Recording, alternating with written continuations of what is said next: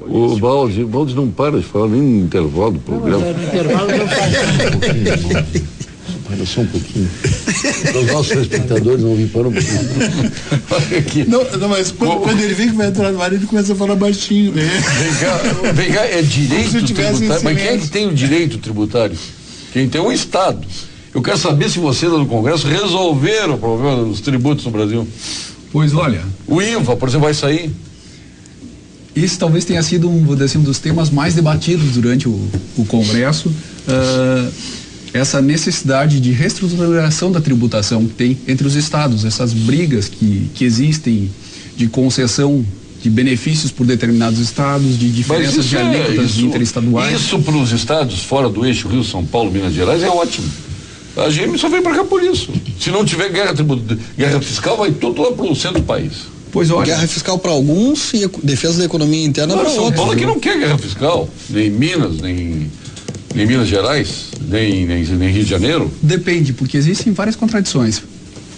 Por exemplo, quanto à diferença de alíquota, se discute o prejuízo pela diferença existente, fixada pelo Senado Federal, de qual alíquota a ser aplicada para a operação interestadual. Maravilha. Então o problema seria que paga uma alíquota menor da operação. Só que a fiscalização não quer diminuir essa alíquota. Bom, claro que não. A diferença existente. Mas a fiscalização que aumentar tá legislando é uma agora? Forma canhestra de tu fazer, na realidade, toda uma alteração na regra constitucional e definir o quê? Que a tributação ocorra somente no destino e não na origem, no destino, como prevê a Constituição. Quer dizer, vai se alterar via lei, talvez via convênio ou talvez um mero decreto. O que precisa urgentemente, doutor Lamarck, que o senhor esteve lá e todos aqui, o que precisa urgentemente é reduzir essa carga tributária insuportável. Cada vez mais menos estão pagando a conta do país. Cada vez mais menos estão pagando a conta. É um horror isso aí. Paulo. E se a gente se distrair, vem a CPMF de novo. E nós estamos. Mas nós estamos atentos nessa. Realmente nós estamos atentos. Eu acho que levar muito no. Agora, há pouco tempo atrás, quando se falou novamente na questão do retorno da CPMF, fizemos todos aí, a sociedade civil organizada, um grande movimento. Coletamos assinaturas, eu já perdi as contas, inclusive, do que nós. E eles recuaram. Mas a gente tem que estar atento, porque daqui a pouco vão tentar de novo. E sabe que nessa. Só para dizer, em relação à pergunta do Paulo e pegando o gancho do presidente Lamarck agora, a questão... O Lamarck nem teve gancho, nem chegou a falar. Não, falando dessa questão de direito tributário, que história é essa? A gente pode justamente colocar isso. O que é o direito tributário? Na realidade, são um conjunto de regras para quê? Para limitar o poder de tributar do Estado. A grande briga é o Estado quer tributar e se deixar vai tributar 100%. Da renda, de qualquer... Sim, porque do jeito que dá, só quem tem direito é o Estado. Exatamente. E só quem legisla... é tentar limitar. Como é que a gente limita isso? O doutor Lamarck disse, a sociedade precisa ser mais atuante, precisa se fazer presente, precisa questionar, precisa saber, vai colocar CPMF, mas aí perde. Onde é que está a destinação? Mas é o que o doutor Rodrigo está dizendo e com propriedade. Nós, no movimento que fizemos aqui no Estado, vamos pegar uma situação específica do Estado do Rio Grande do Sul. Concreta. Quando se falou, quando se falou no início agora, acho que foi no início do ano, né? Sim.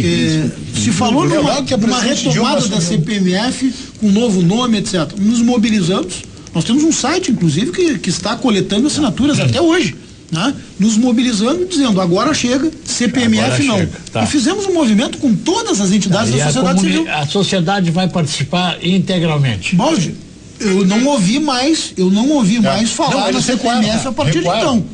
Houve uma manifestação que seguramente no restante do Brasil tomou corpo também, a sociedade começou a bradar. Ainda mais importante, porque agora não tem oposição. Porque antes ainda tinha isso, tinha o policiamento feito pela oposição. O policiamento agora tem que ser nosso. Uma sociedade tem que ser. Uma contribuição aqui hoje, antigamente a revolução social da sociedade se dava pegando em armas. Hoje nós vemos a revolução social se dar por meio da internet, de campanhas políticas. Vocês estão vendo a crise que está acontecendo governamentalmente com o avanço desses crackers sobre os sites.gov. Isso tem deslumbrado ou tem trazido à tona uma discussão que é imediata à sociedade, a participação dela na contribuição de elementos que contribuam efetivamente para uma sociedade onde nós possamos contribuir de forma justa, mas também ter o poder e a liberdade de construir nossos próprios desejos, nossas próprias projeções. E particularmente nesse caso do direito tributário, eu vejo isso, a matriz tributária nacional é muito equivocada quando trata com relação à diferença de alíquotas entre estados, concessões benesses que alguns que são detentores dos royalties do petróleo podem oferecer, e ao passo que aqui no Rio Grande do Sul nós por muitas vezes trabalhamos com a guerra fiscal, incentivamos não a guerra fiscal, mas uma defesa da economia interna. Entramos no jogo nós dançamos a dança conforme se dançava no salão. Agora, o que nós precisamos é justamente uma reavaliação disso, e a sociedade, se não participar, ela vai pagar conta. Isso precisa ser estabelecido. Eu tenho uma pergunta, tendo a oportunidade de conviver com pessoas que entendem bem de tributos e de direito. Como é que vão fazer para financiar a saúde? Para financiar? A saúde? A saúde é o primeiro item do orçamento. É o único que interessa. Olha aqui. Mas não é cumprido, não adianta. Saúde, educação e segurança. O resto, se não tiver asfalto, nem lâmpada na rua. O que pensa? Agora, isso aí é chover molhado. Saúde, educação e segurança. Eu quero saber qual é o plano para financiar a saúde. E mais, qual é o plano para fazer com que o médico tenha um tipo de exame igual da OAB, que é ótimo, que está reprovando bastante. Agora passou a mas que se faça um plano de carreira. O doutor Argolo está cansado de sugerir um plano de carreira, porque a única maneira de reter o médico no lugar é fazer plano de carreira. Ele tem uma carreira e, por outro lado, a remuneração decente. A previdência, a saúde que no tem que ser financiada. Tem que ser do Estado. Porque nós temos um país que é grande demais para que a saúde seja federal. O dinheiro se perde no caminho. Estadualização. E os municípios são pobres demais para poder sustentar a saúde. Eles estão pondo os 15% que tem a obrigação, 18%, 20%, e falta dinheiro. Então, a saúde tem o tamanho do Estado. É preciso que o Estado, aliás, o Estado hoje está colocando menos de 6%, tinha obrigação de colocar 12%. Então, quem sabe esse novo governo no Estado, né, assuma isto, porque dinheiro ele tem a obrigação de colocar. Se cumprir a lei, vai ter dinheiro para fazer uma carreira, porque a gente diz carreira de Estado, não é correto, porque a carreira de Estado é de magistrado, etc., né, de promotor público, mas uma carreira de médico estadual. Isto seria uma solução. Eu vou um pouquinho para interiorizar o médico. Eu avanço um pouco até na linha, e respondendo a pergunta do Barata, eu tenho convicção, mas convicção, doutor Barata, que o país tem hoje arrecada suficientemente para aplicar na saúde, na segurança, na educação, né? O resto não precisa. Não, mas não tem, sim, Baldi, tem a justiça. O judiciário hoje do Rio Grande do Sul está completamente. Nós somos a 7ª maior economia do planeta. Eu vejo assim, não, o SUS é pobre, que é um país pobre. Isso é mentira. Somos a 7ª economia do planeta. O Rio Grande do Sul é a 4ª economia deste país, que é a 7ª economia do planeta. Dinheiro tem muito. Não tem que ver se está na cueca, na meia, onde é que foi isso que nós temos que fazer. Senhores, não temos hoje recursos para a saúde, não temos recursos para a educação, não temos recursos para a segurança, não temos hoje recursos para o próprio Poder Judiciário, porque tudo começa lá. Hoje nós temos uma deficiência de mais de 2.000 servidores no Poder Judiciário, e isso afeta a todos nós. Já tivemos a oportunidade de conversar sobre isso há poucos dias. E, contraditoriamente, a todos nós, não advogados, a todos nós cidadãos. Exato. O advogado é o que mais sofre, Orgulho. Sim, porque está ali no maravilhoso, porque ele está em contato direto com o cliente dele, com o constituinte, que vai lá cobrar, bater no meu escritório e dizer: doutor Lamarca, o meu processo não anda. Mas não é o seu processo, nenhum processo anda mais nesse estado.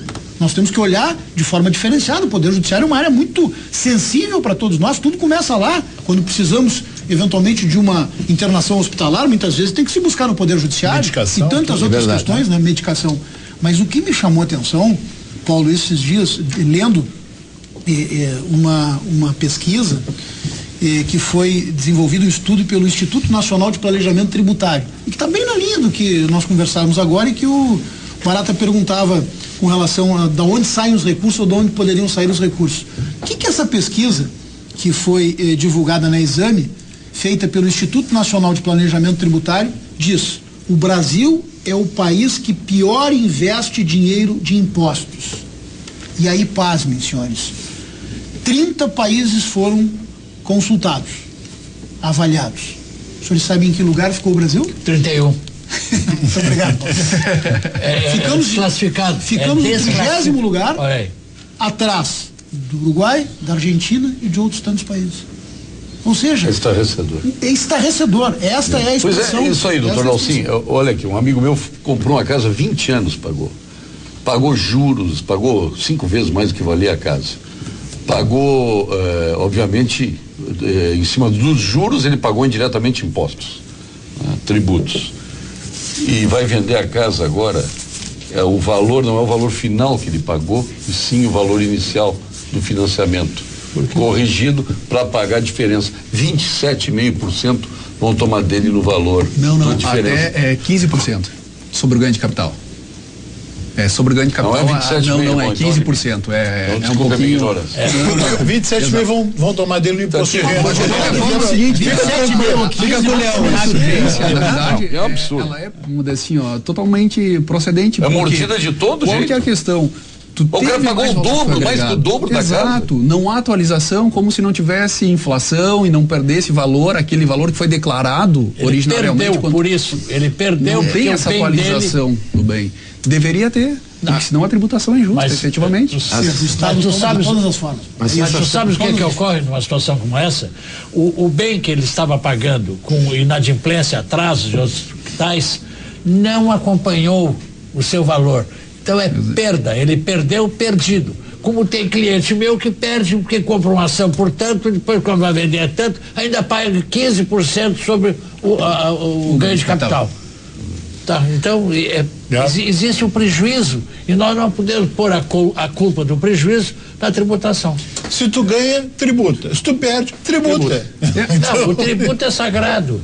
Não interessa. Se tu compraste uma ação por R$100 e daqui a 90 dias tu a venderes por 115, sobre os 15 tu vai pagar 15% sobre os que tu ganhaste. Isso é ganho de capital.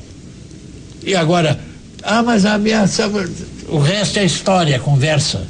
Não tem, tu pode ter, com 100 pila, tu podia ter ganho ali adiante 125. Mas isso, na realidade, a gente pode pegar, vamos dizer assim, a seguinte informação, confirmando que o Dr. Lamarck colocou. A tributação no Brasil é grande, sim, é muito grande, é extremamente elevada, principalmente quando a gente se compara, vamos dizer assim, o que se tem de serviços públicos.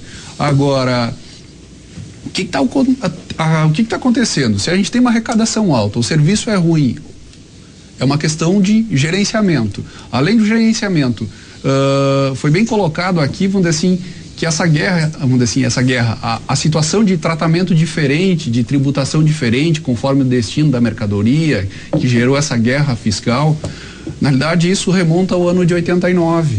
Na época, quando o Senado Federal fixou essa regra para se dizer como é que tributa, de que forma tributa, qual será a alíquota, a realidade brasileira era uma.